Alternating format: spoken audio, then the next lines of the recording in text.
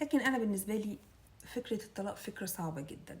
لو هو راجل لسانه طويل او بيمد ايده، او شخص يعني نسوانجي من درجه الزنا، فلا ده طبعا ما يتعشش. لكن لو قدرتي ان انت تعيشي مع راجل شوية يعني مختلف عن فكرة الحاجات اللي أنا قلتها، وما تبوظيش بيتك، وتقدري تبني بيتك وتخلي بيتك في استقرار، عيشي.